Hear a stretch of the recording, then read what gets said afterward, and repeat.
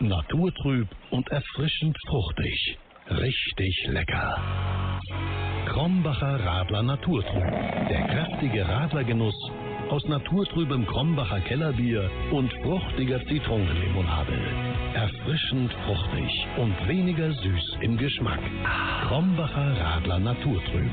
Probieren Sie es selbst. Blog Talk Radio.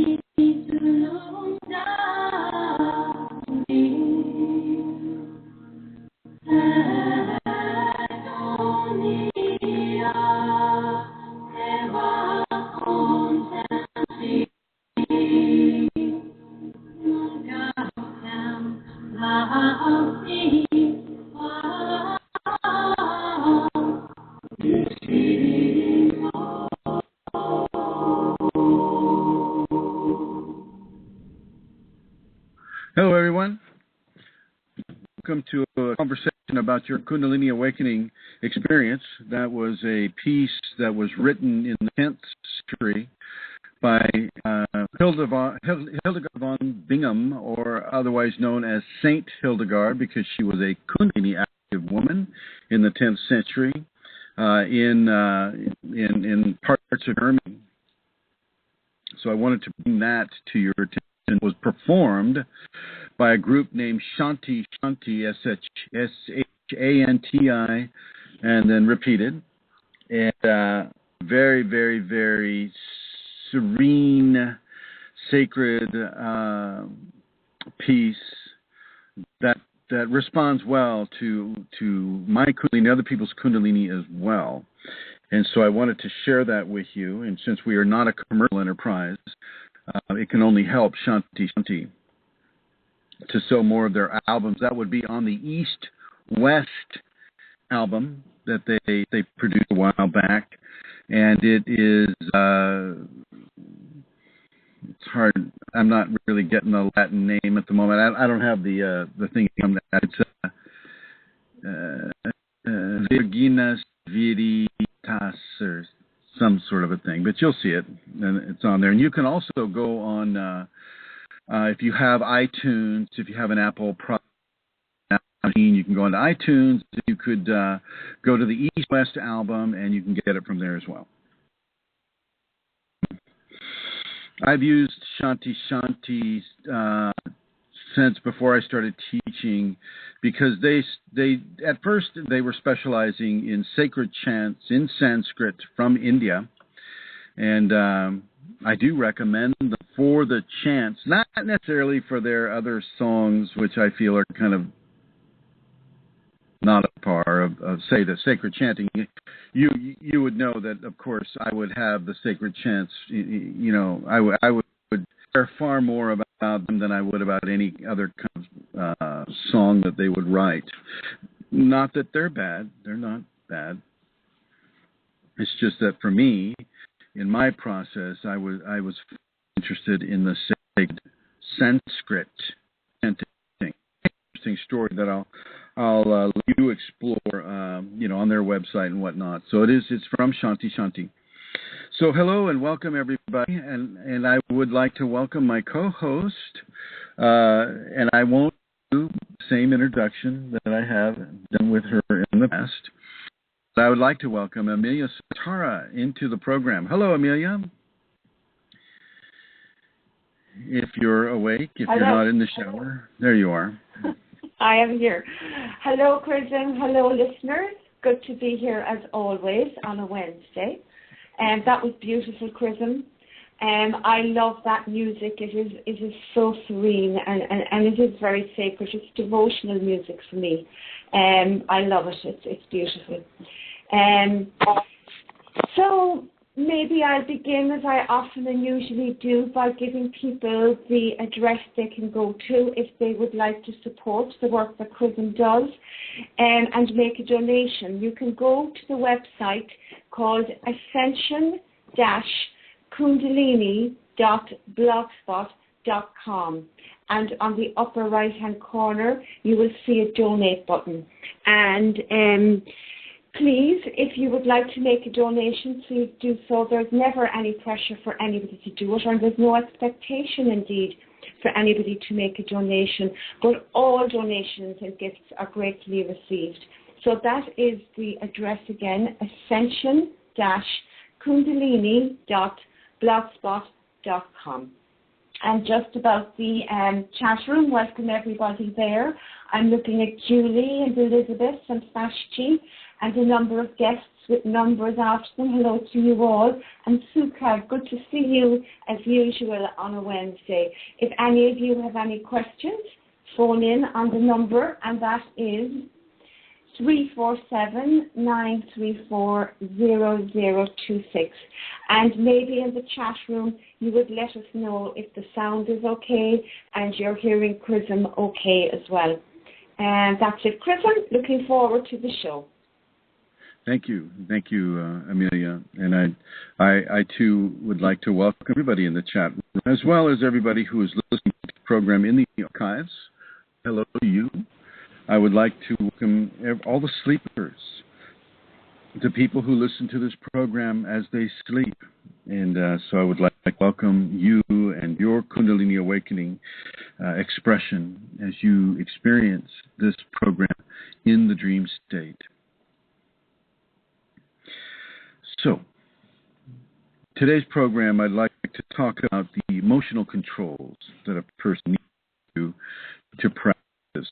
It doesn't matter really when you do it or under what circumstance you initiate emotional controls.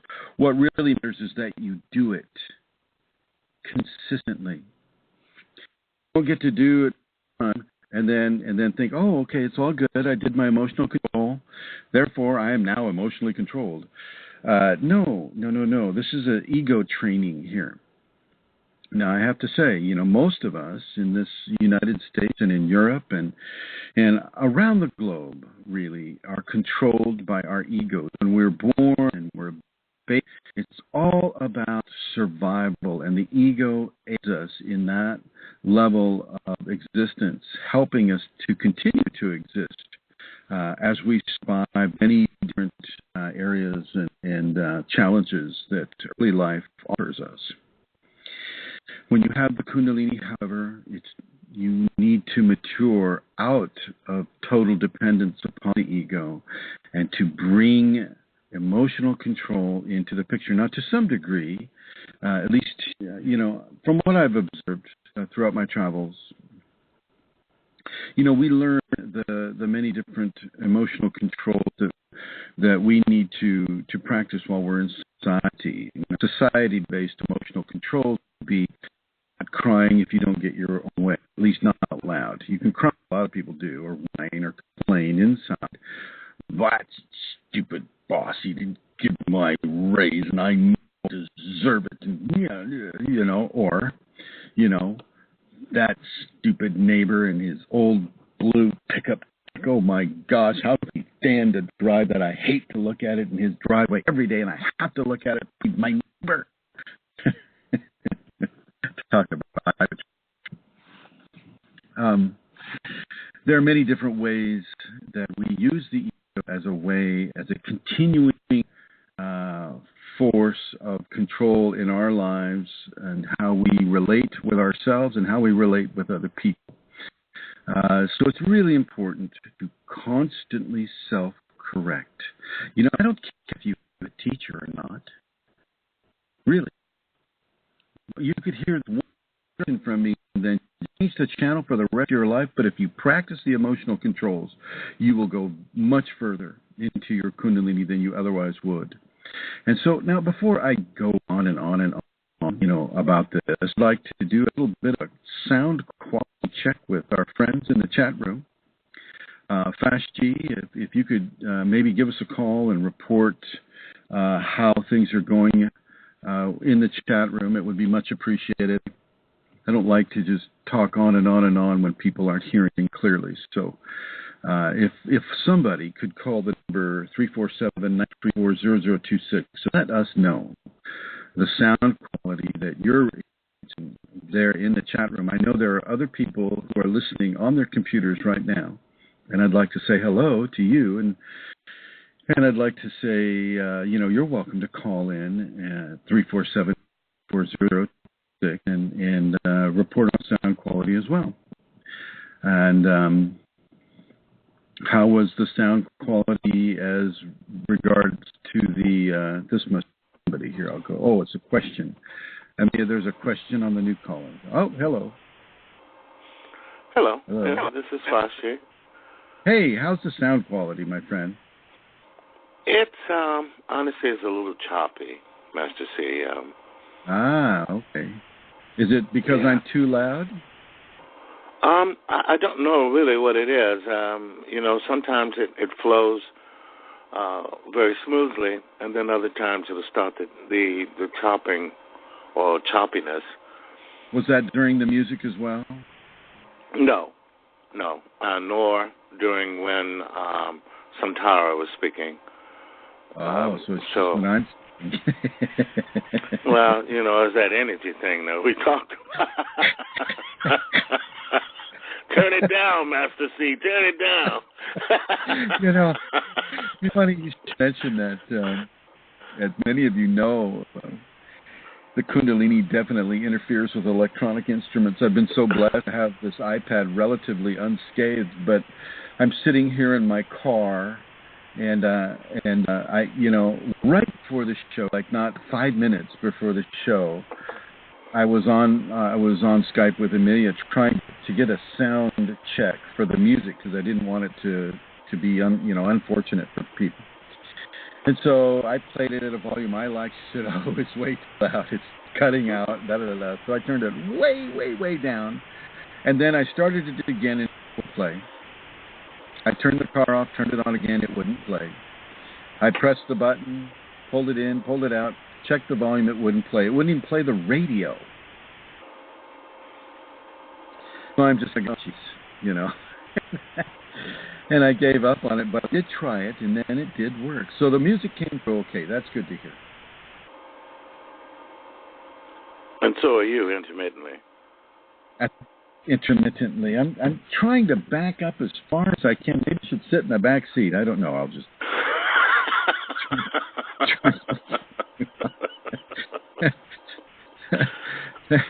Thank you, okay. Patsy. Thank I'm you. heading off into the green. All right.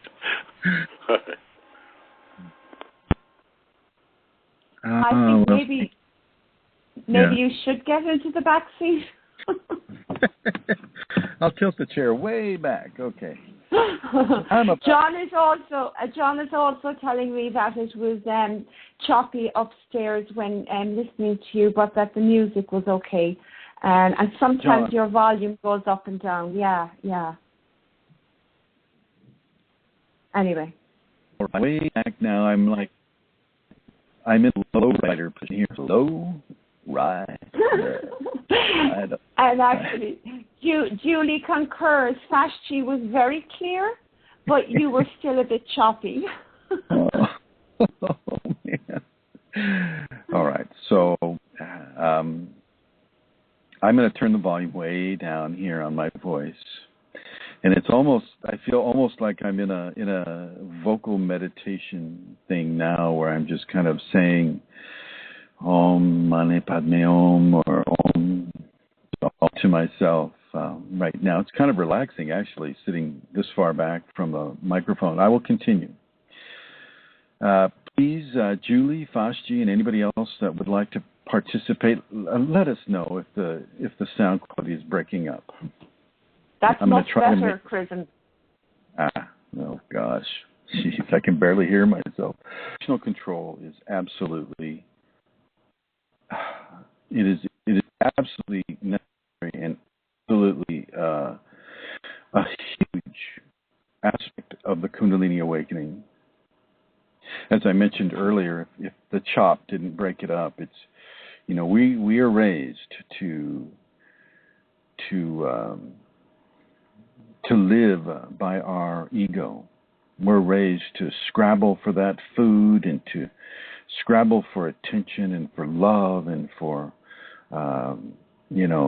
pleasure. The ego is really about the pursuit of pleasure and the pursuit of other areas, even of narcissism. The ego's all about that. And I'm going to really, really, really strongly suggest that those of you within the Kundalini, even just the activated portion of it, need to really begin to understand the levels of ego involvement that a person goes through. And let's not quibble about this. This ego is part of who you are. And I know that the Vedas and the rishis that wrote this, or at least the Rig Veda, the interpretations that flowed from their writings that exist in contemporary Indian society is all about destroying the ego, annihilating the ego, kill the ego. And of course I'm saying, no. Just as you wouldn't cut off your nose to spite your face, you don't get rid of your ego, you just retrain it. In the Huna philosophy, the ego is as much a part of our equation as any other part. Unihipili is what the ego is called in Huna. Ohane is the middle self, and Amakua is the higher self. This will not jive, however, with contemporary Huna practices in Hawaii, but it is there is a level of ancient oral history and tradition that goes back thousands of years. Even before the Huna was established in Hawaii. And it does fit a Kundalini model. I hope people can hear me. I feel like I'm really quiet. Anyway, so as we look to retrain the ego, it must be something that is done all the time. You don't just get to do a few practices and the 5 Tibetans once a week or whatever and go, okay, everything's good. No. You've had the ego in control of you for however many years you've been alive before your Kundalini came up. So we're talking decades and decades for some of us. Most of us, if not, well, not, but most of us, the great majority of us, have been controlled by our ego's wants and desires for decades and decades, many, many, many years.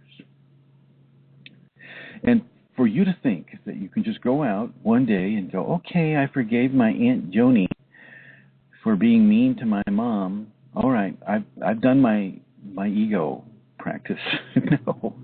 It has to be done every day, every single day. And forgiveness is the most important one to do. But then right next to forgiveness is that self-correction that needs to be done every single day. And I will go so far as to say 24 hours a day, these practices need to be constantly rolling within you, constantly self-correction. Do you lash out at people because you're angry at them? Do you say things that you don't mean just for the effect? What are you doing? Control with the ego. For those of you who are going into positions of power and authority, how can you expect to have a high quality of authority over other people's lives if you yourself haven't been emotional controls with your ego? How can you expect to have Kundalini awaken within you and have the power that comes with that and not work on your ego controls, your emotional controls? How are you responding? Now, if you don't do Kundalini emotional controls, then basically Kundalini will your antagonistic, ego-based energy will let people so badly. You'll destroy friendships. You'll destroy relationships. You'll destroy the position that you have in life amongst other people simply because you have no way of modulating the amount of energy that's flowing through the ego.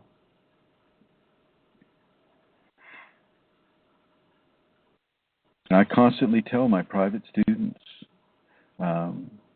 you must initiate ego control on yourself. I don't even want to work with you if you're not going to be doing ego controls. And that's sincere. That is absolutely the way it is.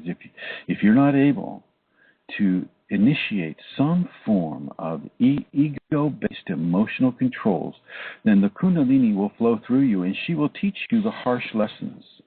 You'll have friends. You'll alienate your family.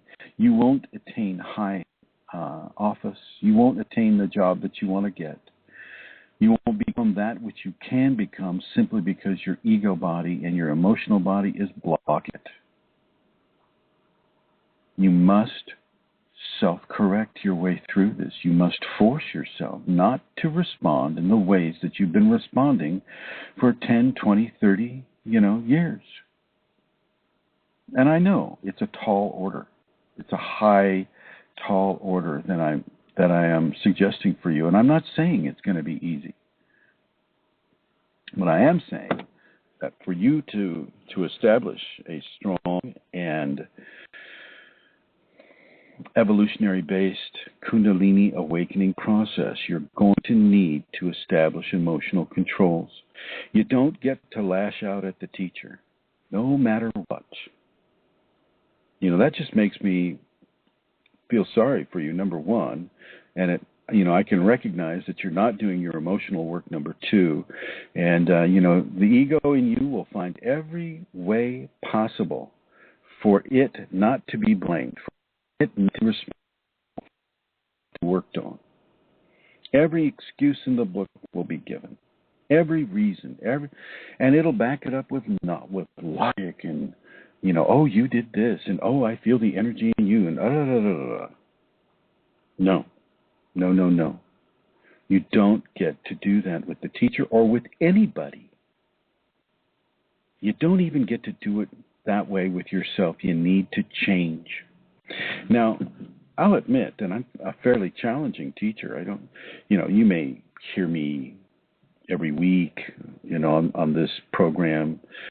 You may think, oh gosh, he's not as bad as he's. I am horrible. I'm a horrible.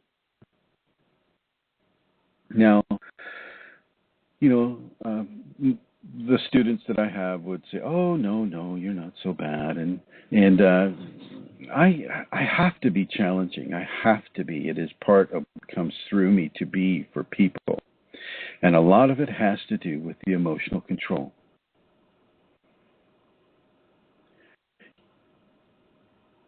You must understand how absolutely important this is, because it will block you. It will block you, and it will keep you in this purgatory of emotional excitation and emotional expression and emotional abuse in some cases. And this is not a good place to be. This can really twist your awakening until you're able to find your way through it, if you are able to find your way through it. Practice tolerance. Practice the forgiveness of yourself as well. Be tolerant of other people. Be tolerant of situations that don't meet the needs of your ego. Your ego is not going to die. Your ego is not going to just disappear. Oh, I have to leave my ego. No, it's not true at all. Not true at all. You really, really want to begin to bring yourself into an understanding that puts time and action inside of a 24-hour, 7-day-a-week cycle of ego control, emotional control. No longer are you shouldn't be whining about things. You shouldn't be so defensive that nobody can fit a word in edgewise. You need to be able to listen with the truth of your heart, with the truth of Kundalini in you.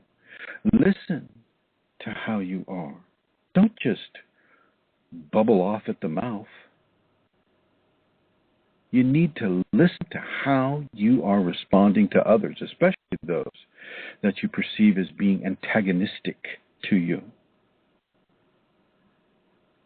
Now, I'm not saying that, somebody cuts you off in traffic or whatever,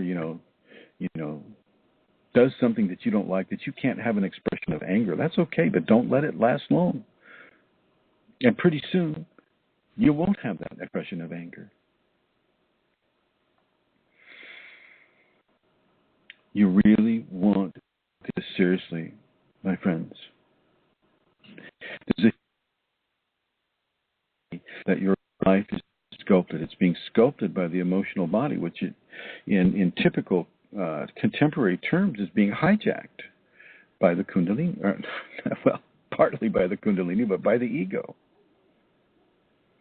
The ego hasn't been trained hard enough by most of us, so it doesn't begin to take over when the Kundalini starts shooting through it. And a lot of people, I've read some people who are seen as teachers by others that if you're a real egotistical person, well, when the Kundalini comes to you, if you were an asshole before, well, you're an enormous asshole now. And I can't disagree with them if the ego is not being modulated, if the ego and the emotional bodies are not being worked on. You need to listen to how you are. Don't just respond to people without listening to your own emotions first. Don't feel that you have the authority and the right to blast people because they've done something wrong to you, or at least you perceive them as doing something wrong to you. You don't have that authority within the Kundalini. Kundalini is your ultimate authority. And the Kundalini is telling you, control the emotional body. The emotional body is one of the 5 koshas that surround the human being. And you must explore this kosha, this body of expression. Really need to bring it into fruition. A lot of us are defensive. A lot of us are defensive about how we are and who we are and what we are. And I'm going to say, go back to zero. You're nothing. And how you are is nothing. And what you are is unimportant. You have nothing to defend. Nothing from nothing is nothing. Go back to those beautiful, blissful 0 points and begin to initiate a new status, a new stage in your expression of Kundalini activation and awakening. Is this being heard? Anyone? Am I just talking to myself here? It's excellent, Chrism. Okay. Thank you, Santara. Okay, so it's so strange for me sitting way back. I have a reading from the Radiance Sutra that I'd like to do right now. I'm going to give it to you. Here it is.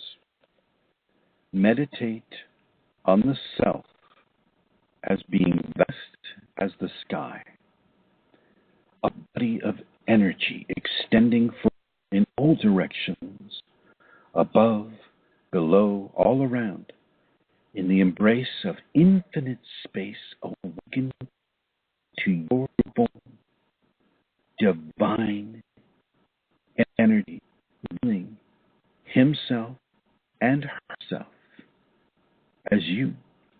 This is all about Kundalini. This is from the Radiant Sutras, Radiant Sutra number 167.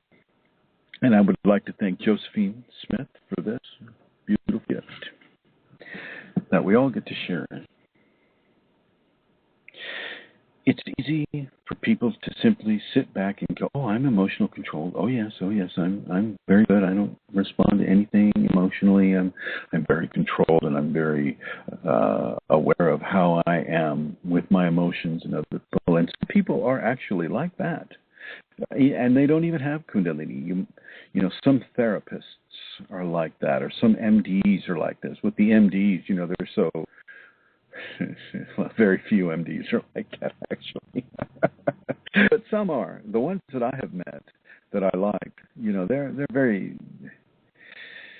They choose a loving format as opposed to an antagonistic format. I think that is very beautiful, very wonderful of them to do that.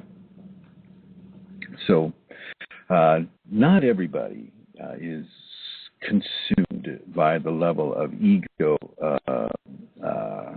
expression as everybody else. All different stages of growth, even within the Kundalini Awakening. We have different blockages in different areas of the energetic anatomy. But one of the most important bodies to work on, the 2 bodies to work on, is the psychological body, which is the ego, and the emotional body, which are your feelings. These 2 bodies form a very powerful and strong basis for our ability to express ourselves to each other, our environment, and to our God, and to our goddess, and to ourself as we self-talk our way through our day. Think about it. Listen to yourself. What are you thinking right now? What is your self-talk telling you, that inner dialogue that you're having? What is that? What is saying? And if you have entities or you have Kundalini entities, well, forget about what the entities are saying. They are always going to be a source of dislocation for you. Consume your consciousness in a way. So don't worry about entities, just ignore them. But do be concerned with yourself and what your inner dialogue is telling you. And I mentioned the entities because sometimes they try to interject themselves into your inner dialogue. So for those of you that are experienced with entities, you know what I'm talking about. For those of you who don't know, just as well. You don't need to know, at least not at this time anyway. So pay attention to what it is you're saying to yourself throughout the day. How are you relating to the manager that may, control your work? How are you thinking about your coworker? How are you thinking about your spouse, about your kids, about strangers that you see on the street? What kind of judgments are you making about other people? What kind of opinions are you forming about other people? What kind of opinions are you forming about yourself? You don't perform, up to the qualities of performance that your job requires or your spouse expects of you. What's your inner dialogue saying to you about anything, about everything throughout your day? Very important for you to pay attention to what you're saying to yourself, because it's going to relate directly to what you say to other people. And what you say to other people and what you say to yourself is relating directly to the level of emotional body blockage or non-blockage that the Kundalini in your energetic anatomy is going to experience. This takes us right into the understandings of grudges and judgments that your ego will turn into fact about another person. So you hear on the news, oh, the homeless person did this, or oh, the homeless person did that. And you hear this over and over and over, and pretty soon your ego starts to go, oh yeah, homeless people are like that. They're all that way. Yes, they're all that way, and we should be very, very wary of them because they're all that way. And this is not true. Homeless person can be Jesus in disguise, as Magdalene and I experienced just the other week. Jesus doesn't come to people in bright, brilliant streamers of light with a huge, brilliant, lit-up halo around him going, yes, here I am, your God has appeared before you. No. Jesus comes to people as a homeless person, standing on a corner near Fisherman's Wharf in San Francisco. And a lot of people have a hard time going into the divine with this thing. And I purposefully did not give my understanding what had occurred, except to say it was divinity. And it wasn't. He wasn't there for me. He was there for the person that I was with.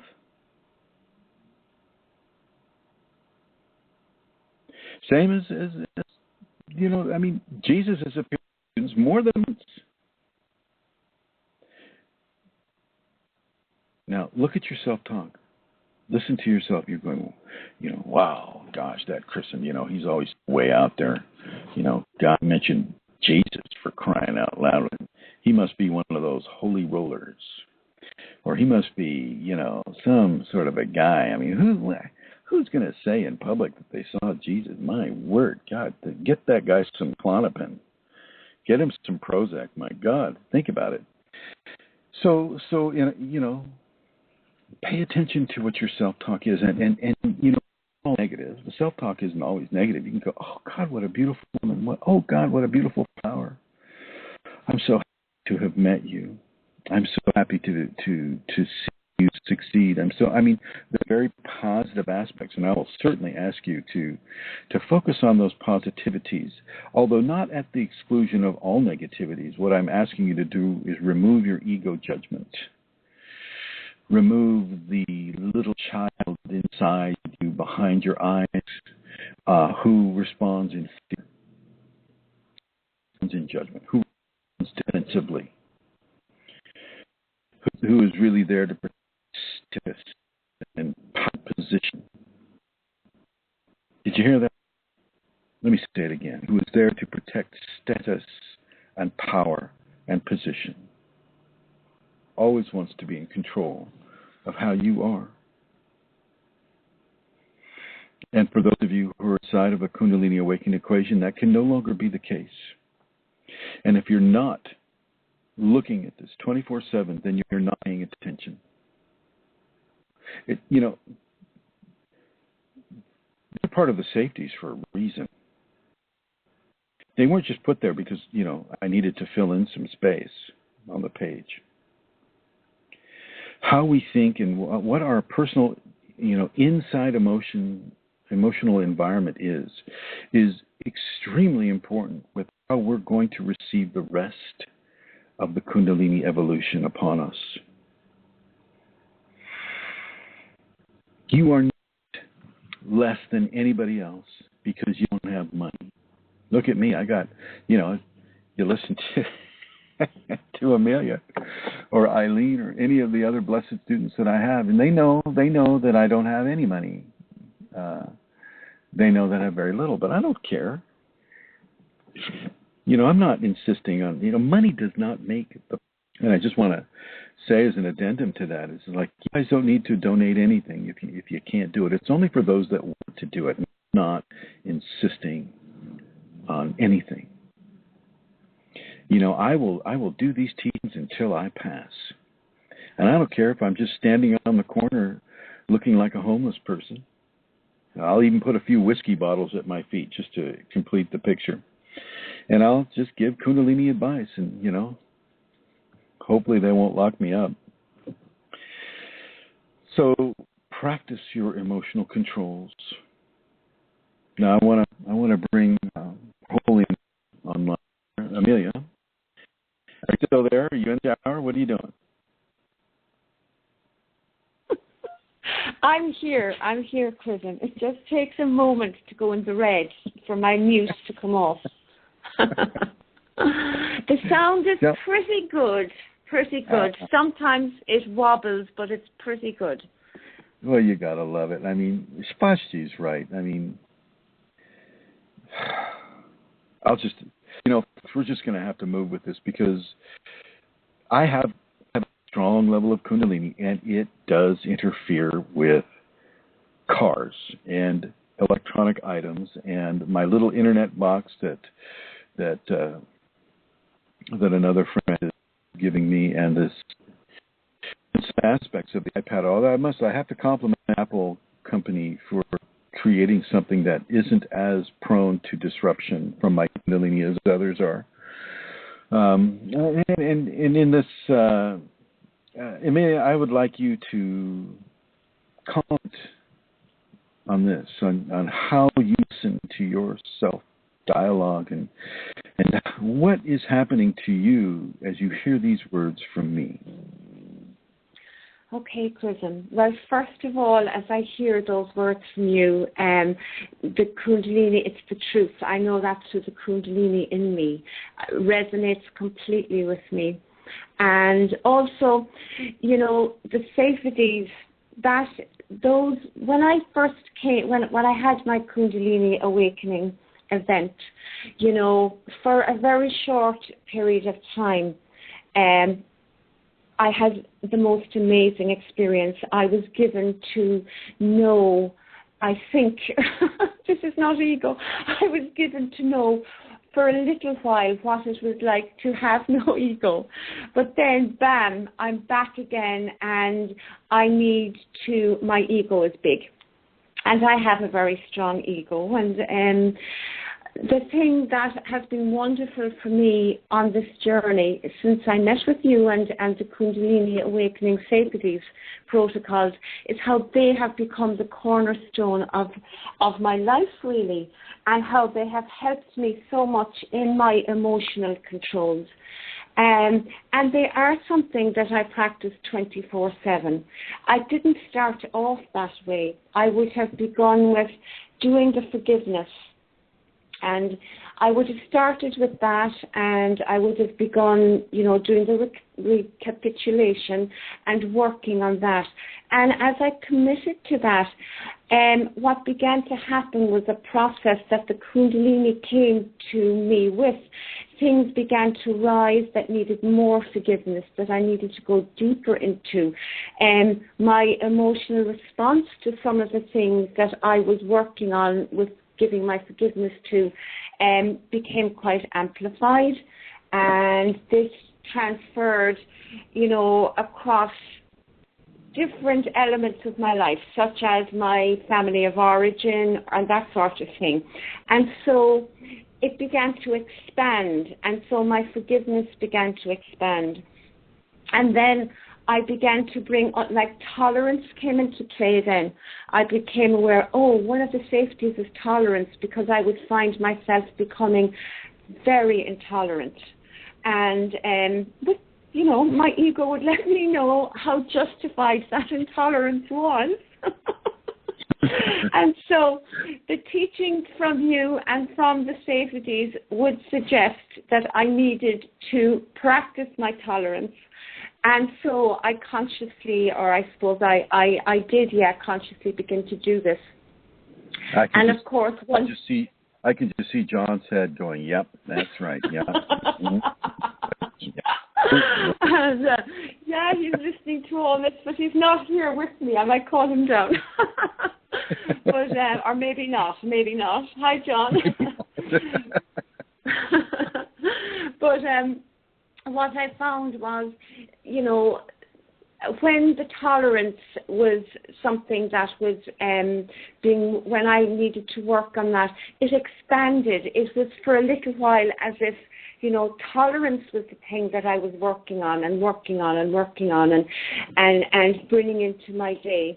And then that would fade and something else would come up. For example, I might need the inner joy with something and honesty with something. And little by little, all of these practices began to expand in my life and, helped me to retrain the ego, really, because, it took me even a while to understand, and I probably still don't fully, but where I am now, I understand better at least, how the ego has controlled me for decades and decades. And even though I had done a lot of work on myself before my Kundalini awakened, and I had done some forgiveness, and I was, a kind person and all those kind of things, that really is a separate issue to how my Kundalini likes to be in charge. Or not my Kundalini, but my ego, how my ego likes to be in control. And so really the safeties, I talk about them all the time because they have been the thing that has brought balance into my life. Kundalini amplifies everything. And sometimes, I needed those things as an anchor and as a compass, and they are just incredible tools. I don't like using that word, but it's the only one I can think of. They are incredible tools and helpful protocols to use. And then using all of those, that can be done without a teacher even, but by having you as my teacher, because, even working with the safeties, the ego still can fool you. But your teacher, or my experience has been that my teacher doesn't. And is honest. Let's look at that. Now,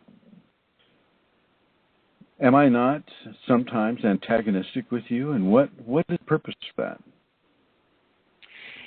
Well, yes, you are. And the purpose of that, I think, in my experience has been that the purpose of that triggers emotional responses in me sometimes, triggers a Kundalini or an ego response. And it's like a test, at which I fail constantly. You don't fail. No. It is always going to be a test. It is, but you don't fail constantly. I won't accept that. No, you do. So people need in the failure, though. I mean, even that word isn't like in the test. There is amazing learning in that.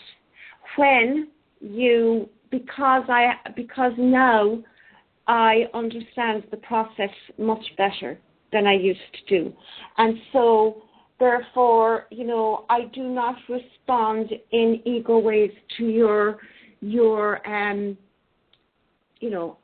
I'm not, I don't respond as I once did, and I'm on this learning thing with regard to my ego, and that is wonderful that there's no way I would be doing on my own, I feel. I know, there's no doubt about that. I know that is a fact. So the safeties and the input and the instruction and the feedback and, the antagonistic whatever, but just your dedication to me, actually, as my teacher, has really been amazing in how my emotional controls are developing and how my ego doesn't have the same grip upon me as it once did. So I know that I am moving in the correct way, in a better direction, and I know that as well from how my Kundalini communicates with me throughout my day and as the years have been passing, So, that's my response. Good response. And I must say that with almost all of the people that I work with within Kundalini, except for those who are in the total beginning of it, emotional controls are initiated into this. I may not be so challenging for everybody, but my Kundalini modulates those teachings. I am given when to be challenging and how much energy to put into that challenge and what form of challenge it's going to take, and constantly looking at ways of sharpening a person's skills at controlling their ego and controlling their emotional response. As you mentioned, tolerance is really, really, it's a huge subject, and it's with tolerance there are levels of discernment that must be made. Okay, must I tolerate this, and why? Okay, is it my ego that, I've had enough of this, or is it something else in me that's saying, hey, you're not a doormat. Don't let people walk on you that way. You see, there are levels of discernment within tolerance that isn't so present within forgiveness. With forgiveness, I just want you to go there. Now, forgiveness is the strongest form, because if you're truly forgiving, then nothing ever bothers you. Mm-hmm. Nothing ever bothers you because you've forgiven it all, okay? But that's not the case for most of us. For most of us, constantly inside of levels of emotional attack. We are attacked by our bosses. We're attacked by our teachers. Sometimes we're attacked by society. We're attacked by the police. We're attacked, by our family, our friends, perfect strangers. And it is there that we need to look into our level of tolerance and how we respond expressively to those challenges. And tolerance is a strengthening gift. The more tolerant you are, the stronger you are. The stronger you are, the more you're able to face adversity. Does that make sense to anyone? The more you're able to face adversity, greater levels of interaction that you can participate in as a soul, an ensouled body that's having Kundalini. And Kundalini will give you some adversity. It's really not all about happy, joy. It is about that, but not always, because it will realize that, Chrism, his emotional practice. Well, then, the next experience that I'm arranging for him is not going to be happy, happy, joy, joy. It's going to be an experience that is going to help him learn how to modulate, to pay attention to his inner dialogue and his emotional and egotistic control. Kundalini will teach you that it's just, Kundalini can be exceptionally harsh in its teachings for a person. It doesn't mess around at all. Sometimes it is very, very helpful to have a flesh teacher in place so that the experience can be communicated from flesh consciousness to flesh consciousness, and it comes through much cleaner. You have a way of understanding. I just, helping a person just yesterday. I just had Kundalini come to him, and he's having a very, very difficult time first with this. And firmly, the Kundalini is given into him for him to establish his egotistical controls. Part of ego control is fear. How are we going to deal with fear? Fear is one of the most primal our emotions of our experience, and it helps us to find, do we pick up that spider with the red violin on it? What? Probably not to do that. And our genetic history will tell us, like, oh, yeah, that particular Chrism? Or that particular type of... Chrism? Hello? I'm here. Oh, I should okay. be here. Yeah, you are, but maybe you could lower the volume a little bit again. You're, it sounds like you've moved right up to the mic.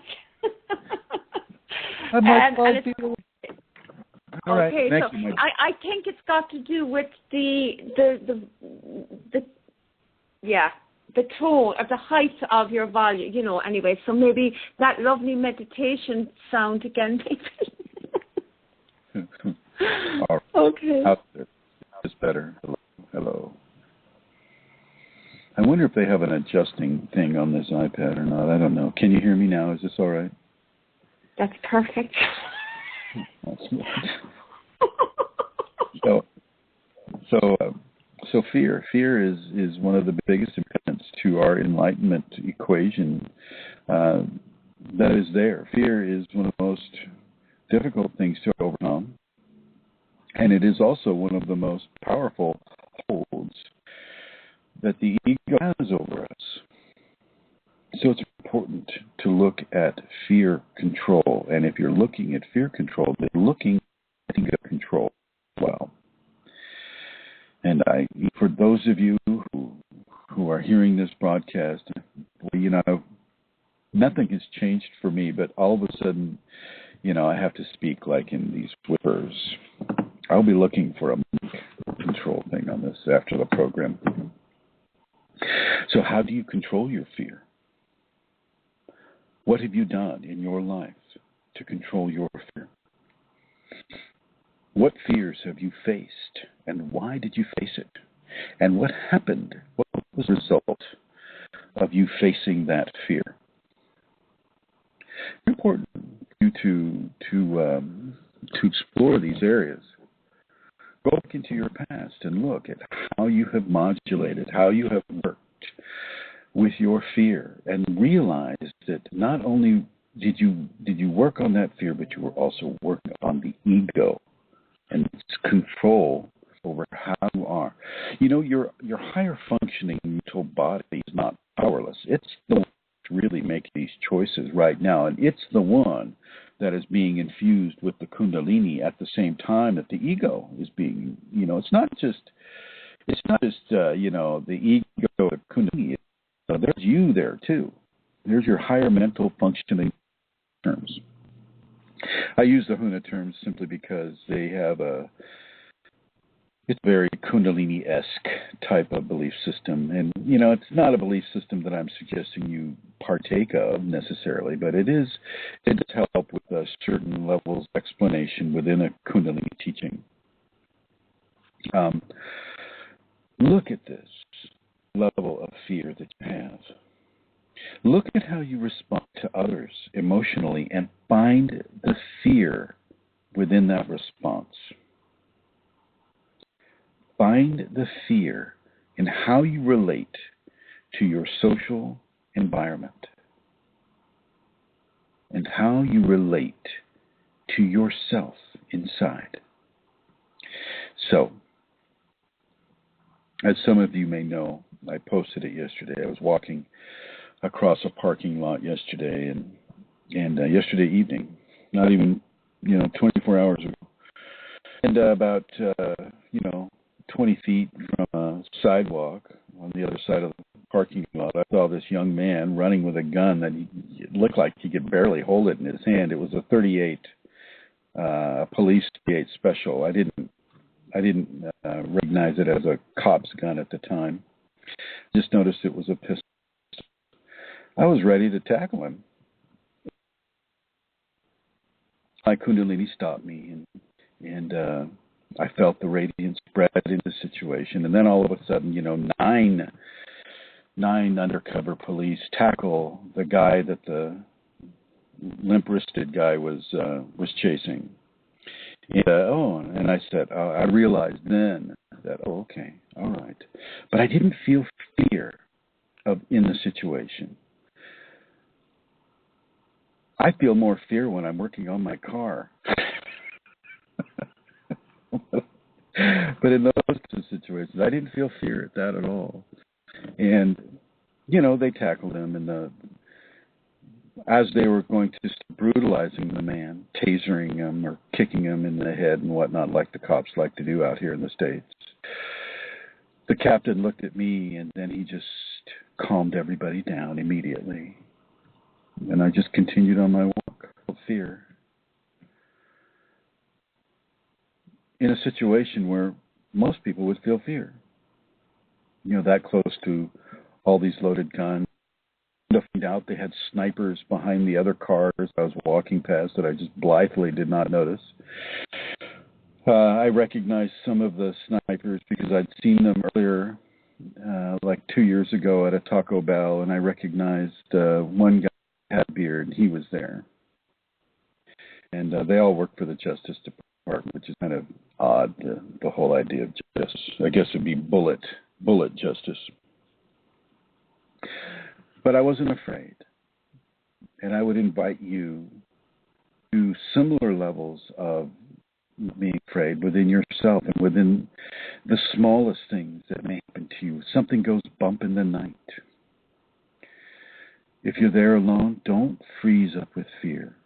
Have trust in your Kundalini. Trust in the process that's happening for you.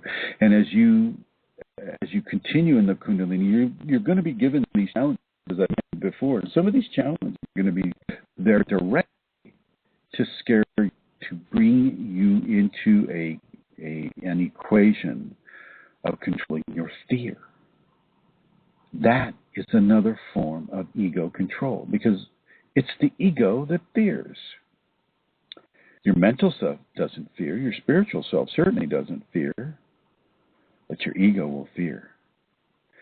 And your emotional self will bond to those fears.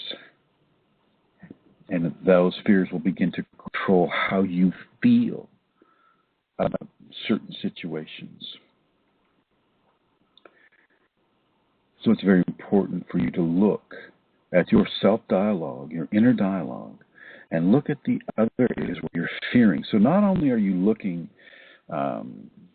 at your ego and how much your ego is present in your inner dialogue, I also want you to look at your fear, a product of your ego dialogue. And just to repeat, your inner dialogue are the words you say to yourself all day long. That's your inner dialogue. So look at that. If there's anybody that would like to call and join our conversation, the phone number is 347-934-0026. Yes, Amelia. Fashji has made the suggestion here. He says, I don't know if this makes sense, but if Chrism is holding the iPad, maybe if he can wedge it on the dashboard, it may cut down on his energetic interference. Well, Fashji, you're right on the money there. You're right on the money. I am not holding the iPad. The iPad is indeed on the dash of the car. And I am about 5 feet away from it now, talking barely audibly to myself. But maybe it's just my bad hearing. It's actually very good, Chrism. Seriously, the sound volume is good, and the interference has certainly got better from my perspective here since you dropped the tone a little bit. So, is that a strain? I'm sweating in the car. I don't want to roll the windows down for all the noise in the neighborhood here, and I'm just like going, oh my word, okay. I'm talking very softly. Maybe it's a good thing. This is not my normal volume, but maybe I need to explore these softer volumes as well. Thank you for that, Amelia Santana. So look at the levels of fear that are controlling you. Look at the levels of fear that are controlling your emotional response. And this leads into emotional defense mechanisms as well. Fear is a component of your emotional defense mechanism. So you will feel fear if you feel that your personality is being slighted. And that affects your placement in society, your power and your placement, and like sharks in the water, if they smell blood, people will attack, and this is often the case. And so the ego knows this, and so it initiates a fear response if anybody is impugning the character or the activities that a person is having. That person's ego will jump in, initiate fear into the process, and the fear in the process initiates a defense mechanism that, oh, no, you don't. You are not going to treat me that way, or you're not going to say this or that. And, so the fear begins to fuel a defense response, and that defense response can come out quite sharply and quite hurtfully. And if you're not astute enough or discerning enough to determine the level of emotional content in the other person's words to you, then a very hurtful interaction can occur, and especially with a Kundalini person, because with Kundalini, the radiance will cut deep into another.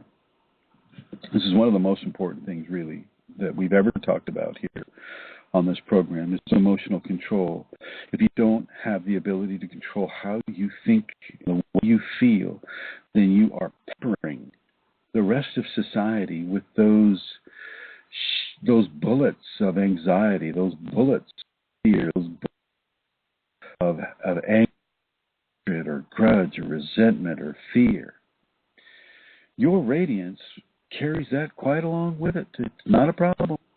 Radiance is radiance. Radiance is like a carrier wave of many different levels of intent. And if you're not controlling, if you're not taking responsibility for your inner dialogue and for your inner thoughts and your emotions and your feelings, then those qualities are also being carried into the radiance, which are affecting the people around you, which is why your healing skills will have a very negligible value. In other words, you don't get to be a real hateful person and then go out and call yourself a healer. Because you're not. If anything, you're a disease, a walking, talking, emitting disease, because of what it is you're putting into the environment. I know that was a strong word, but it is. It is a fact.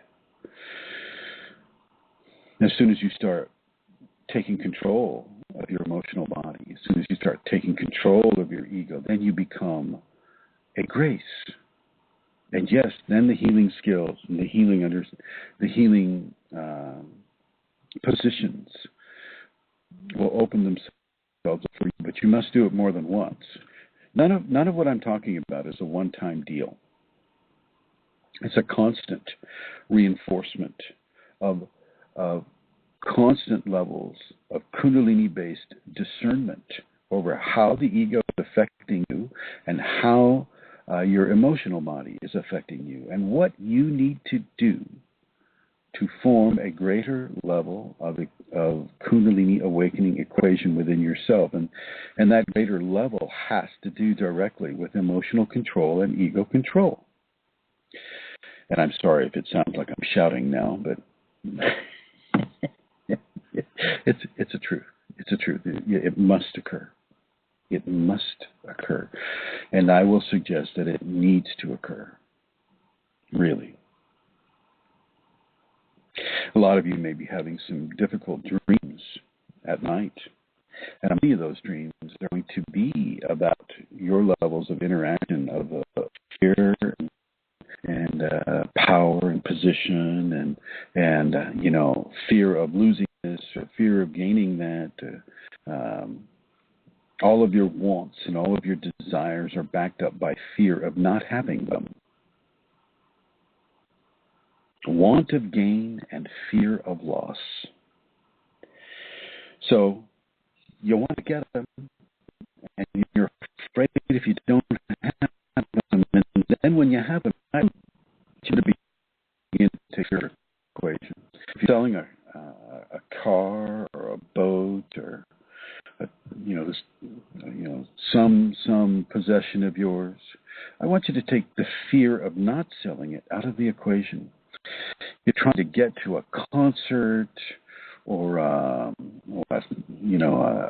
talk somebody's giving or a seminar or whatever, and you don't have enough money. I want you to take fear out of the equation, because it's just the idea that you don't have enough, which is just another fear. You get rid of that fear, the levels of abundance. And you get rid of that, and you're not afraid to lose that abundance. If that needs to take the fear out of, take the ego out of the equation. Let the Kundalini fill in the spaces. I'm sorry if I'm shouting. But let the ego go. Ego needs to go, or at least to be retrained. It needs to go away in its present state, and it needs to be replaced by a Kundalini-trained ego.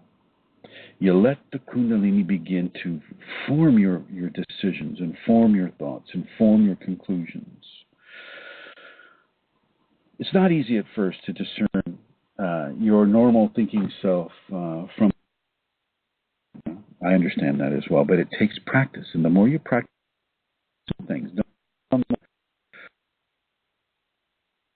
you need to do that. You start on the small things. How I relate to my spouse, how I relate to my teacher, how I relate to my friends, family, how I relate to my dog, my cat. And I really, you may think that I'm joking with that, but not, because in our society, at least in the States here, it's the dogs and the cats that will take the most brutal, emotional-based abuse. Or the kids, the dog, kick a cat. Whenever we can't express some heated emotional issue with another, who do you think is going to be the recipient of that anger? It's going to be the dog or the cat or any other pet that happens to be around that you feel you can disrespect. Don't disrespect them. The animals are back to love, and if we really look at it with true hearts and true discernment, they are teaching us how to be. They are teaching us to remember how natural we can be and still be happy without money, still be happy without a 1963 blue Ford F-100, still be happy without clothing, still be happy by being loving creatures of love. So animals have a very pure level of communication that they're not using as they teach us how to remember what we can be. Like dolphins are the same way.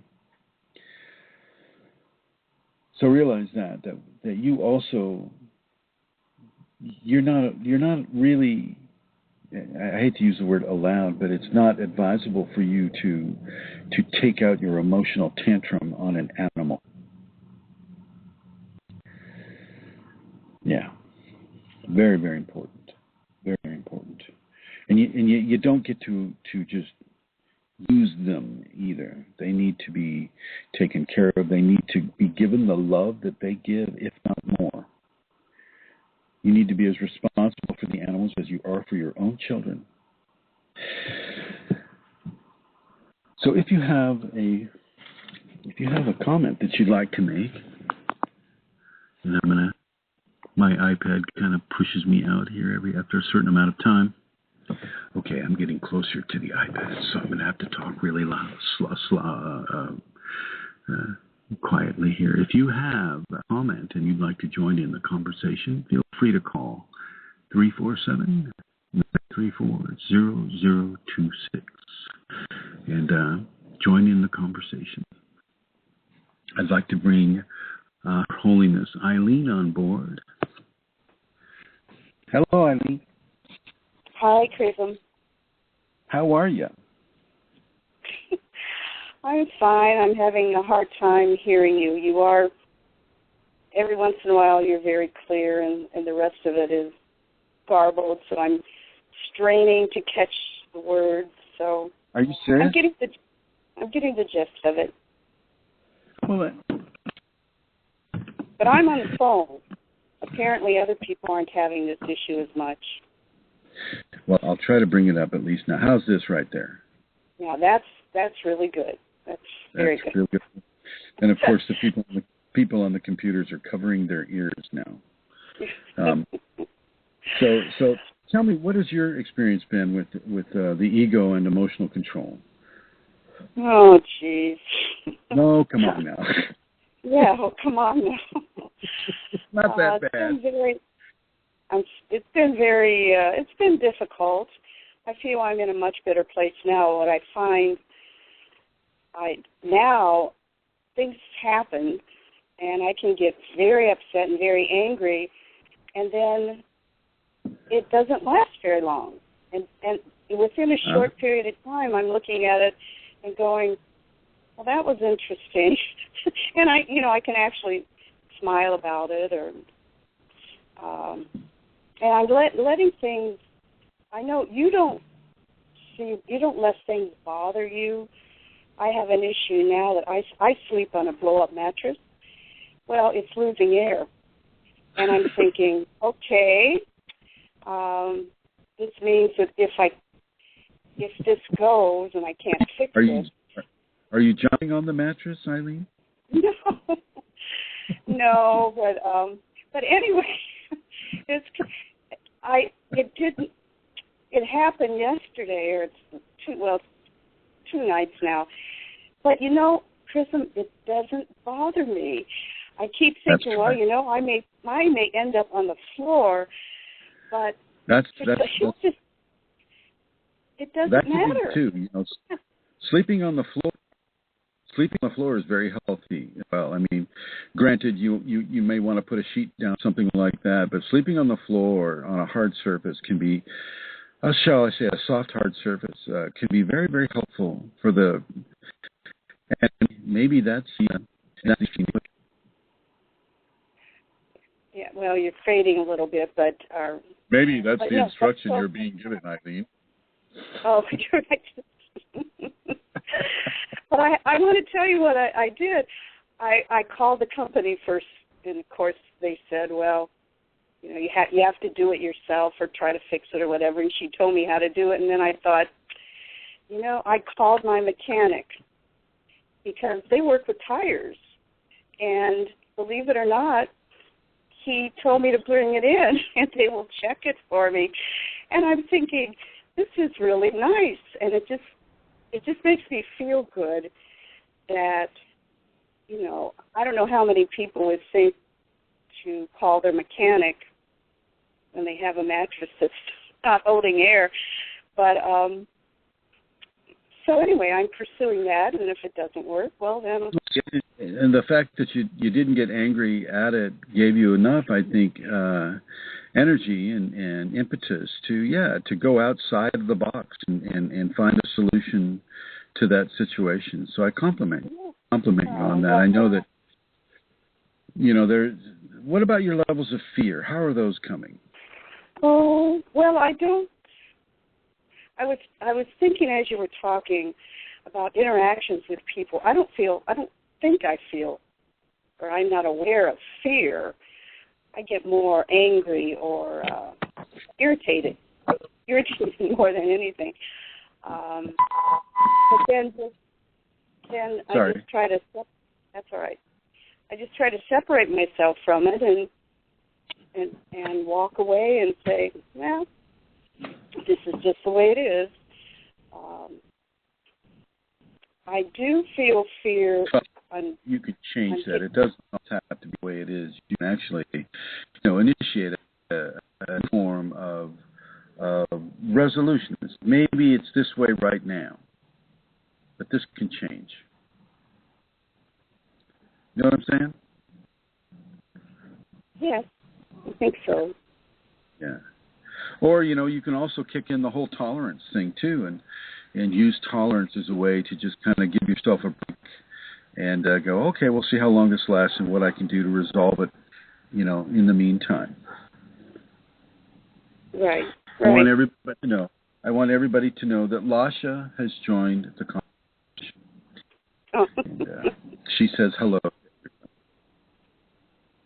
Well, she doesn't want to be left out. No, she doesn't. And so she is not left out. She's in the conversation, and she's modulating. She has really good emotional control. Lasha does. She could teach us all a thing or two about emotional control. Anyway, well, thank you, Eileen. Thank you for that, and I'm going to put you in the Shiva Blue. Thank you.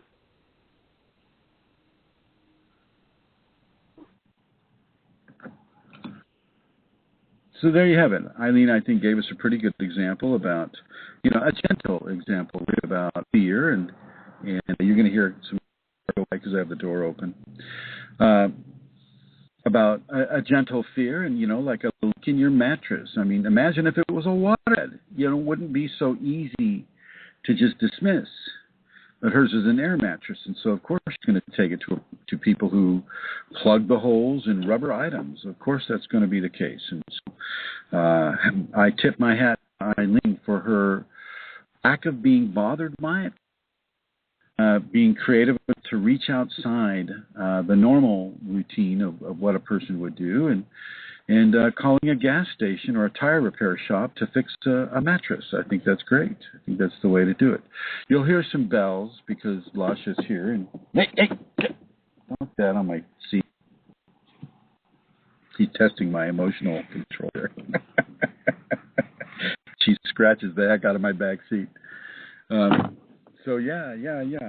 Eileen gave us a great example, and so. Many of my fears in my early equation were difficult fears, and for me especially. And I was dealing with Kundalini phenomena that was just amazing, telekinetic, and having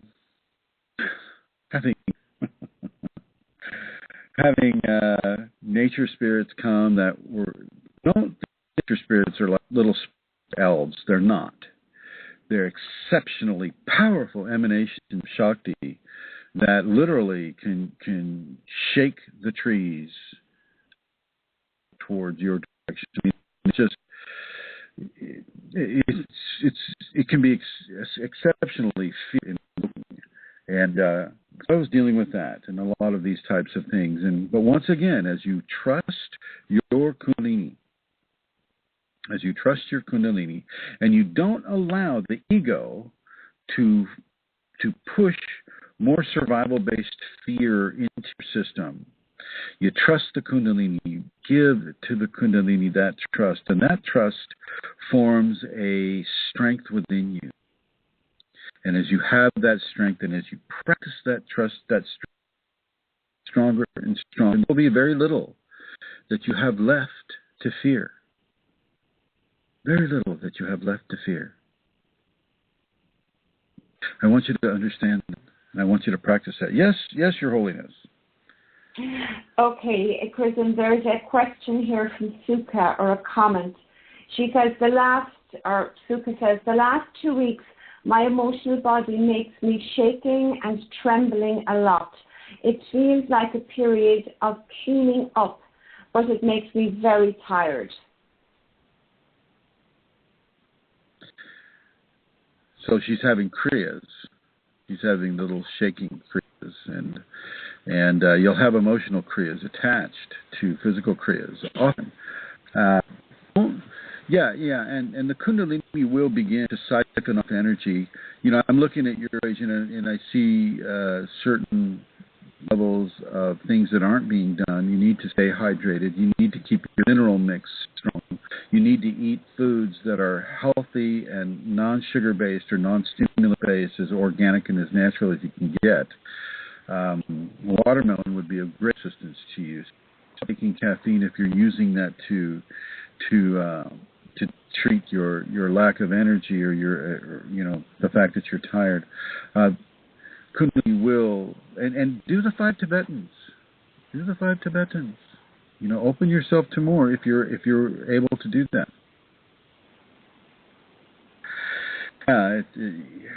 You do want to tolerate a lot of the symptoms that the Kundalini will bring to a person. If having the shaking kriyas, they are kriyas no less important and no less necessary than some of the larger, shall we say, grand mal kriyas. It's splice in a medical term there. Pay attention to your sexuality. Are you reaching orgasm? Are you expelling energy that way in your system? What are you doing? Are you exercising? Are you grounding? Are you getting into the mud? Are you getting into the earth? Are you sitting up next to a tree and envisioning the roots as your roots, as the Shakti, as the trunk of the tree in your spine? You know, there's a lot that is being not said about your process. Look, are you eating a lot of vegetables, or is it only vegetables? Are you eating some meat? Sometimes we need compact protein in order to initiate the level of energy within us. But if we have this program within us that says, oh, no, I can't eat meat, well then, you're going to suffer some of the weaknesses that can be given, through a resistance, and I'm not suggesting this is the case for this person, but I'm just speaking generally to everyone. You need to not resist the Kundalini at all, even if it forces you to change your diet. And Amelia can tell you a bit about that. And I think she has in other programs where, she was vegetarian for many, many years until the Kundalini told her she had to eat meat. She found some fish.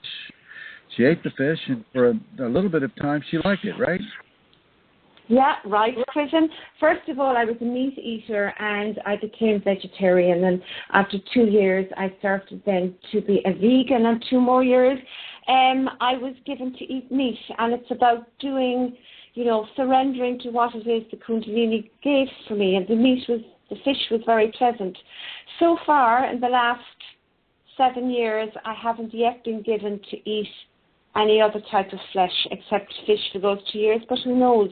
When that time comes, I'm open to surrendering to that. And yes, oh God, correct. Yeah, I was thinking about fears. Yeah, eggs are a fear. No, but I had a lot of fears, Chrism. I mean, even falling asleep because I had horrendous dreams, that there was a fear in that. I was afraid of flying. I was afraid of lifts. I couldn't even get into a lift in a building, I had a huge amount of fears. I had a fear of water because I used to have horrendous drowning fears, and my goodness me, fear of roller coasters, spiders, bugs, dogs. Hang on, Amelia. Hang on. I just want to say one thing. John, my heart goes out to you. Oh, I bet he's laughing. Yeah, he'll remember those times well. Yeah. I'm not going to listen anymore now. How did you overcome them? What were you doing to overcome them? Well, for some of them, they were all resolved in different ways. But generally, it was trust, and there was trust, and there was also doing what it was I feared.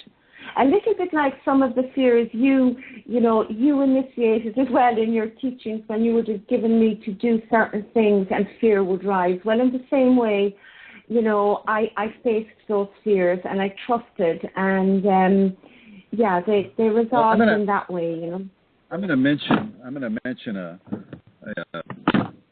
and you can stay on here, unless it starts getting that echo that it sometimes does with you.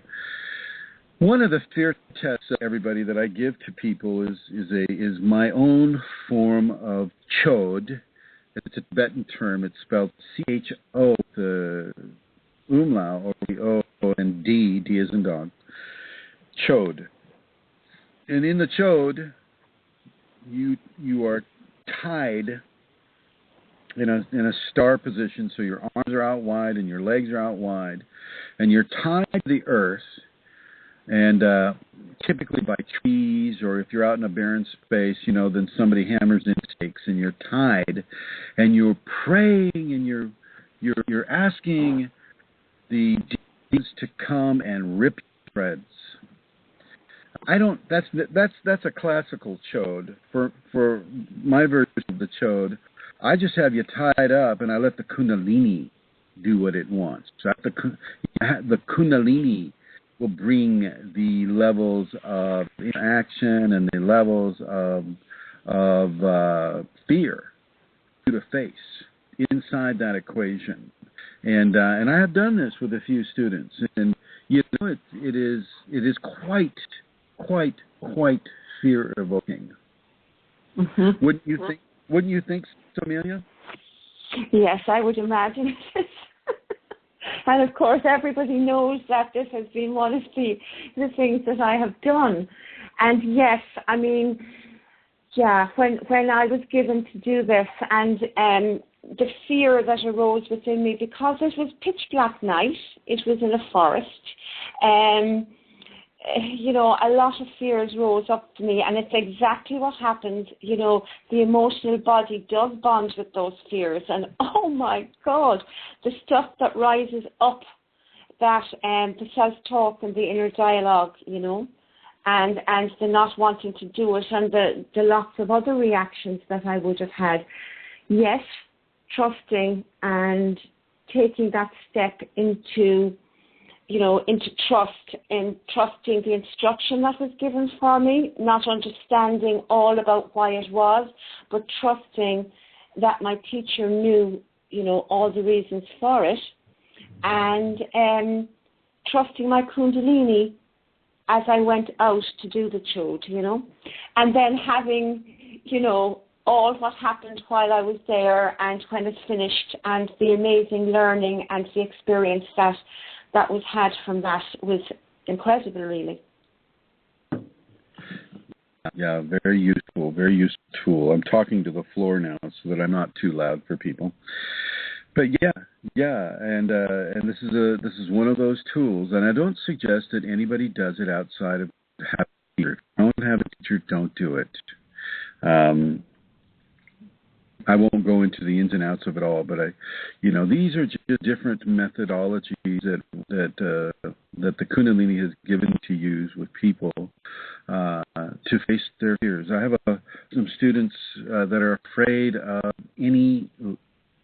they're afraid of a bug, they're afraid of a mouse, they're afraid of things that creep and crawl, and so, of course, the first thing I do is take them into an area where there are things that creep and crawl. Well, they creep and crawl in the woods, for sure. There are so many. Oh, we have a caller, and I think it's Vashti. Yeah. I'll push him through. Go ahead. Thank you. Am I on? Hey. You are? Hi. You know what? I was sitting up here, and I called in earlier, and I think Eileen was on. And you went off in another direction, but you arrived back here at this point, and I thought that I would jump in, and I hope that I didn't cut Santara short. She's a pretty tall woman. She can No, Vashti, indeed not. It's lovely to hear you. So I'm going in the blue now, so you can speak away there. Oh, it's blue. I thought it was green. Okay, it's blue. All right, got it. Shakti and Shiva, got it.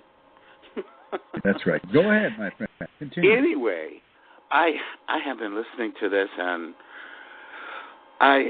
it's just like, it's so wonderful to hear this.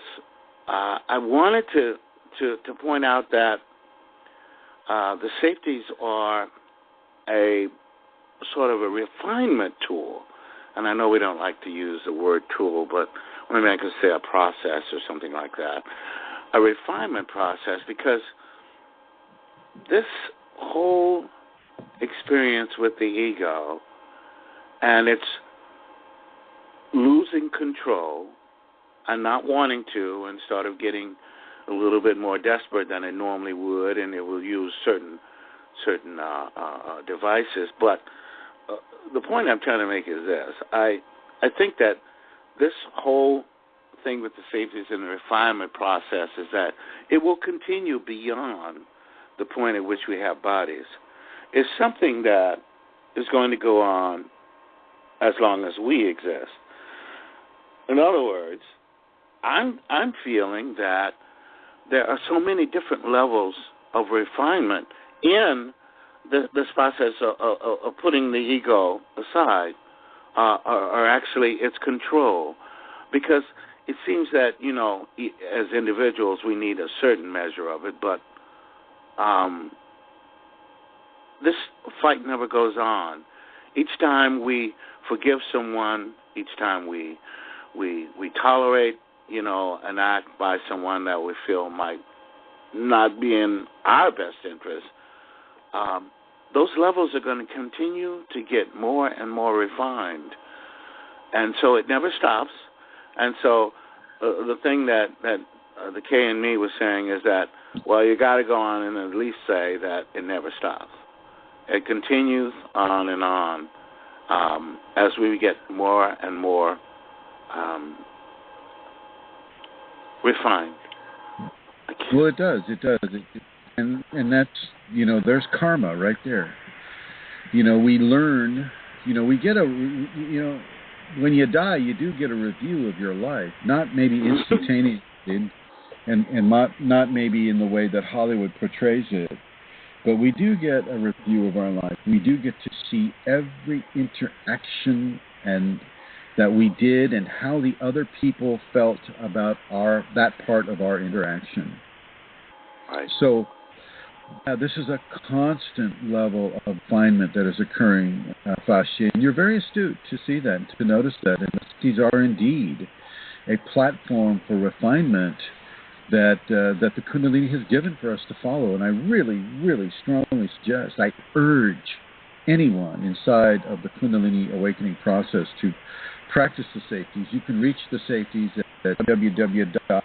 all one word, KundaliniAwakeningSystem1.com. Look at the left side menu and about the fifth one down are safeties. Click on that, copy that, hard copy that, put it in your Put it in the bathroom. Put it in your bedroom. Put it in the living room. Put it anywhere where you can access it and read it and begin to express those qualities, those practices. Fashji, you're doing a great job to really direct people. What is that noise? To direct people to the quality of karma, the qualities of for that which we give, so shall we receive. Yes. Thank you. Thank you, Master C. Thank you for bringing that up. I was just hoping that I could also point out that the more that we receive, the more responsible we have to become, and that's something else that... Oh, no.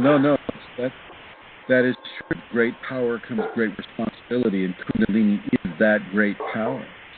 And part of having responsibility for such a great power is to begin to go inside yourself and make the corrections so that your radiance doesn't carry out into the populations your imperfections or the areas of challenge you have yet to... Oh, I'm sorry. My dog is active now. No, he's a good dog. You give him a love pat, please. Yeah, he's spoiled.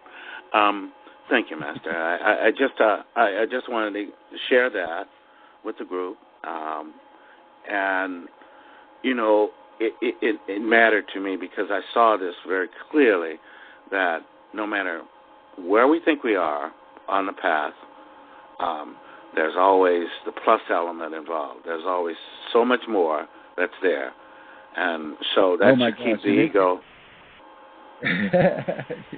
Yes, it does. What?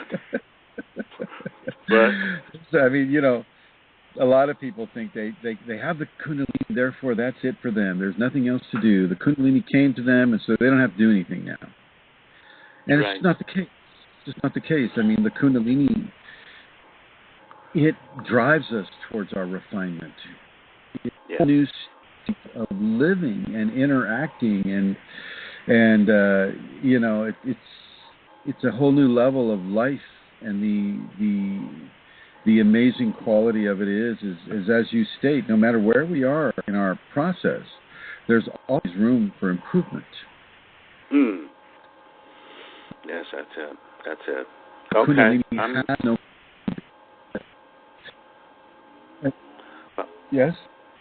I was just going to get out of the way here, head off into the blue, so that if anybody else had anything...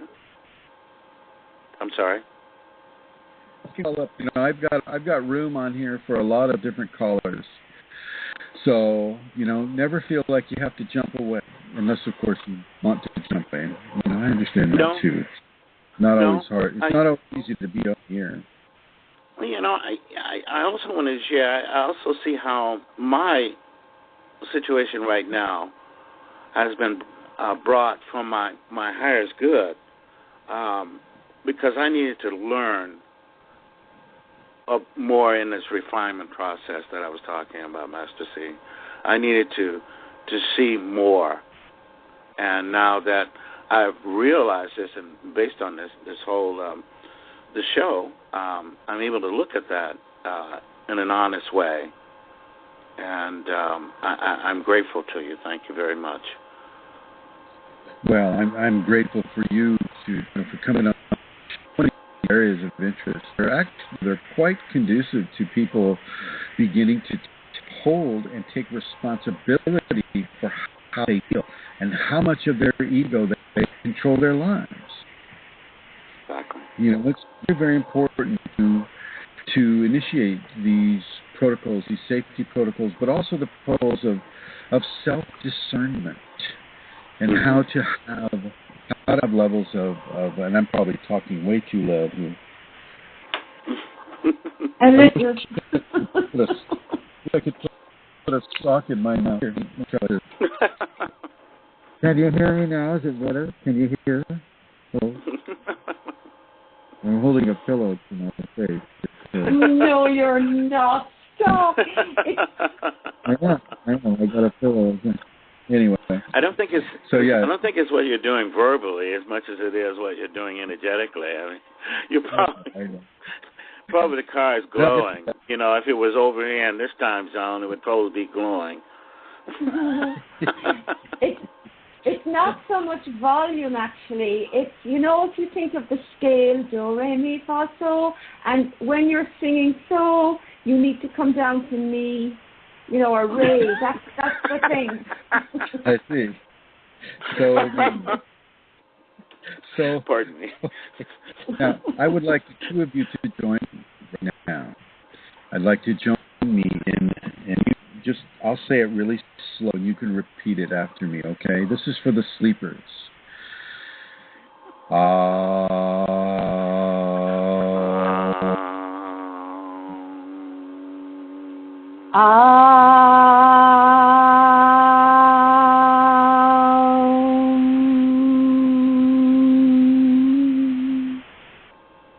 Gana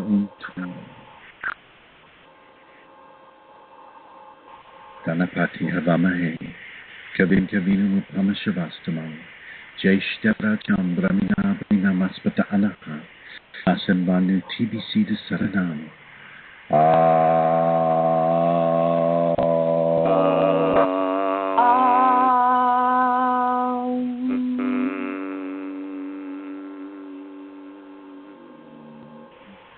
And this is a prayer to the elephant god, Ganesh. And I have found that this elephant god in the Hindu religion, Ganesh, is very, very, very, very much based on the activities of the elephant in the jungle. An elephant herd in the jungle, if it wants something to move out of its way, guess what? It moves out of its way. The elephant's so large, it's the largest land mammal that we know. And it will move the trees, it will clear a path. A herd of elephants will clear a path through a forest and through a jungle. And so, quite naturally, the Indian people at the time determined that the elephant is the remover of obstacles.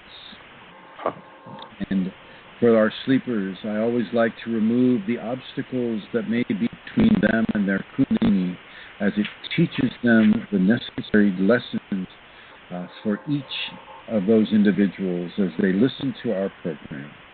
And so, my friends, my sleeping friends, know that just as the quality... I'm going to have to hold still now. Everybody hold still.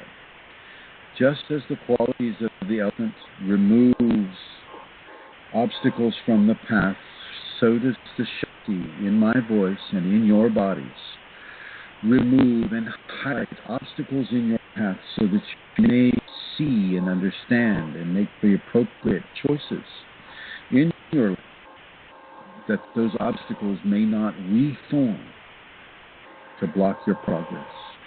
So my sleeping friends, enjoy your slumber, enjoy your lessons, and go back into them. Go back into them. Everybody, thank you, Fausti and Amelia, for joining me in that brief little message to our sleeping friends. You know, I used to do that too. You know, I would find a speaker that I liked, and geez Louise, you know, I couldn't stay awake long enough, and I would just let it go in my sleep, and I found it very helpful. Have either of you done that? Yes, I've done it with your CD. Oh, well, poor thing. That's when you had a nightmare? I was getting ready to say, I'm sorry, I've been remiss. No, indeed not. My nightmare is, no. John. What I would recommend... Yep. John's going, well, so have I.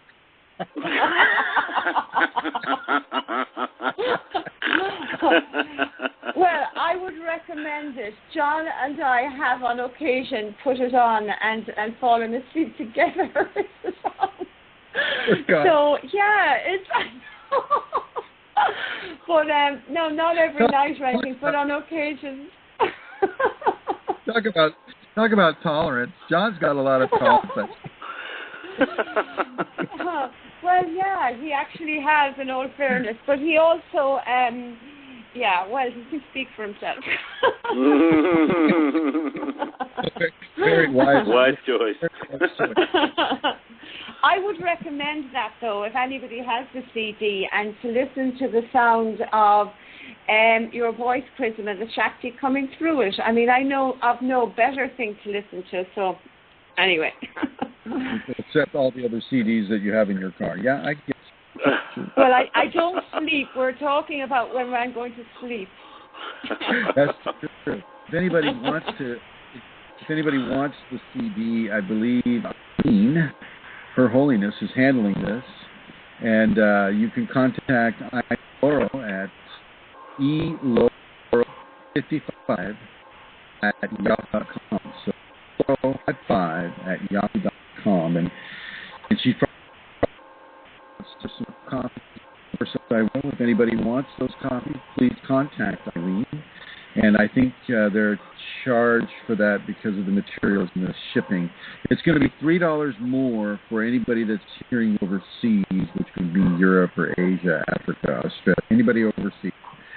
Hawaii, I believe it's still the same. And the price is $15 or $18, depending on where you live and how much postage is required for that. So, and for those of you at this particular moment can't afford it, well, just don't care. Let me know. And at KFire for All, KFIREFORALL at yahoo.com. And make arrangements. It does seem to help people. Oh, Vashti just went and he took the sound with him. The special effects are gone. the Canadian sound. It's like the Irish sound. Yeah, I got that. So, yeah. Chrism, should we speak with Eileen about the seminar? Please, yes. Put her on right now. Hey, Eileen. Hi, I'm here. To get your email. You want information about the seminar? The seminar is September 20. I'm trying. It's September 27th and 28th. It's being held in Eagan, Minnesota, and it's about 10 minutes from the airport. The hotel is Best Western in Eagan, and there is a shuttle from the airport. So if anybody wants to come in, there's a shuttle. We have a reception on Friday evening for those who get in early enough. And what else? I mean, Chrism will be in Minnesota the week before, and he's giving 5 talks in various venues throughout the Twin Cities. And what's email? Oh, the email is rosemaryg@usinternet.com. That's rosemaryg@usinternet.com. And the phone number for those in the Twin Cities area or out of the area, 651-452-3161. So we would love to have you visit and meet Chrism and other Kundalini people or interested Kundalini people. We're looking forward to it. Any other questions, Chrism? Oh, thank you, my dear. Thank you. Thank you very much. That's wonderful, wonderful. Did I get your email right? I kind of heard it. It's eloro55@yahoo.com. Very good. I think you very good. Yeah, I got it right. And they can contact you for the CDs, right? Yes. All right. Very good, my dear. Thank you. You're welcome. Bye.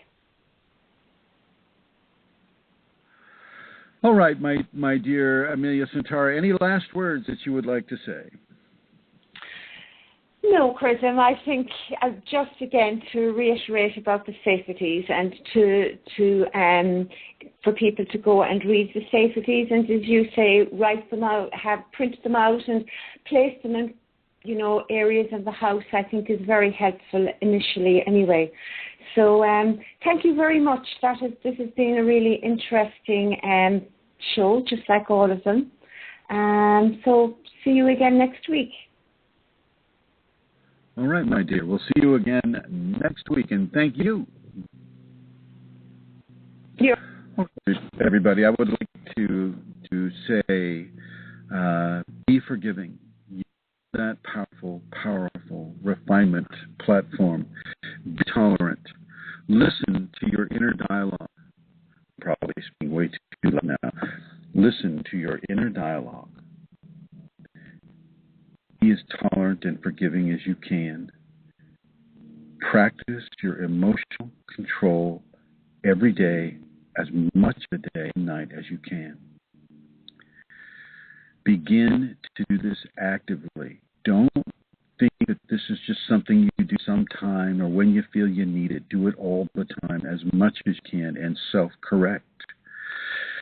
Self-correct. If you find that your ego has co-opted a certain expression, you correct it. You take that expression. And remember, it's going to be a little difficult to determine what is your ego and what is your normal, higher mental functioning self.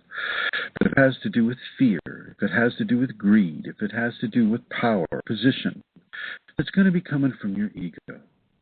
In these new areas, this new landscape, as you begin to work on your emotional body and your psychological ego body. Don't go off on people anymore. Don't go off on them. Think about what it is you do before you do it. Control your thoughts. Take control of your thoughts. And I know this is kind of counter to what some of the other teachers will say, oh, just let the thoughts come and act on them as you. No, not with Kundalini. With Kundalini, it's different. When you have Kundalini, you have a very, very big footprint. A footprint, about a mile across. And you affect everybody, some degree within the footprint. So you can take responsibility for your emotional responsibility for how your ego is interacting with you, and do your best to open to Kundalini and let it flow as you work on the ego and your emotional controls. I'd like to thank you all for joining us in the show today. I would like to thank those in the archives who are joining this show later on. Hello to you. I would like to thank Amelia and Eileen and Fashji and the other person that called. I'd like to thank all of you on the chat room. Thank you very much for joining me, and I look forward to next week's program. Hey Schatz, Lust auf eine Runde Stadt-Land Fluss? Okay, aber ich fahr. Sollte auch bei Ihnen für jede Menge Spaß. Das Skoda Dieselversprechen für Euro 6 Diesel. Damit sorgen wir dafür, dass Sie, egal was die Zukunft bringt, in Fahrt bleiben. Auch in Ihrer Stadt. Und das Beste, wer jetzt seinen alten Diesel gegen einen neuen Skoda Diesel eintauscht, erhält von uns einen Bye-Bye-Bonus von bis zu 7.500 Euro. Mehr beim teilnehmenden Skoda-Partner oder unter skoda.de/Dieselversprechen. Skoda. Simply clever.